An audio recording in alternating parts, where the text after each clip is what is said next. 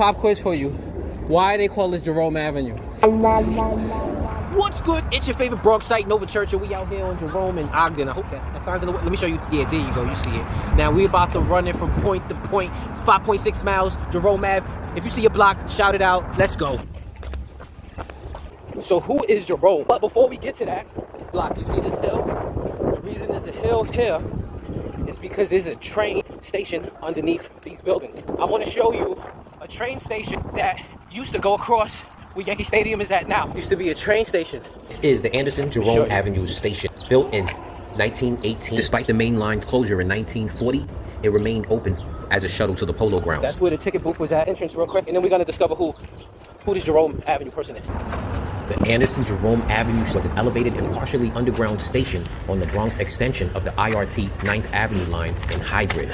The reinforced concrete station structure extended from the end of a tunnel from the Cedric Avenue station over Jerome Avenue. The tunnel emerges from the basement of apartment buildings on each side of Jerome Avenue and Anderson Avenue. Oh shit. All right, we here. So this is an old train. The next stop will be Cedric Avenue train station. Look, there was 2 tunnels here. Run, we got 5 miles left. See these gates?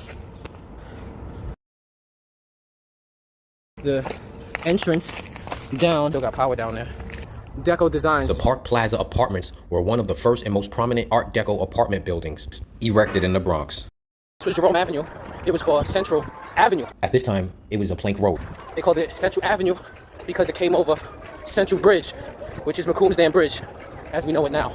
Pop quiz for you. Why they call this Jerome Avenue? His name was Leonard Jerome. And Leonard, well, let me tell you, he was doing big things. Your man's was like part owner of the New York Times at one point. Jerome also owned something called Jerome Park Racetrack, and it was an American thoroughbred horse racing facility from 1866 until 1894. Leonard Jerome, who was a financier, owned it alongside August Belmont. That ring a bell to you? Belmont Racetracks. All the people used to travel this way to get to the track with horse and carriage. But let me tell you about the craziest part about how this road actually became Jerome Avenue. I'm about to give it to some politician, but at the time, Leonard Jerome had passed away. So his widow basically went out and had a whole bunch of very well-made signs put up all on Jerome Avenue, to the point where when they saw it, they basically was like, oh, it is what it is. I just ran through a dice game. the Kingsbridge Armory. At Woodlawn Cemetery.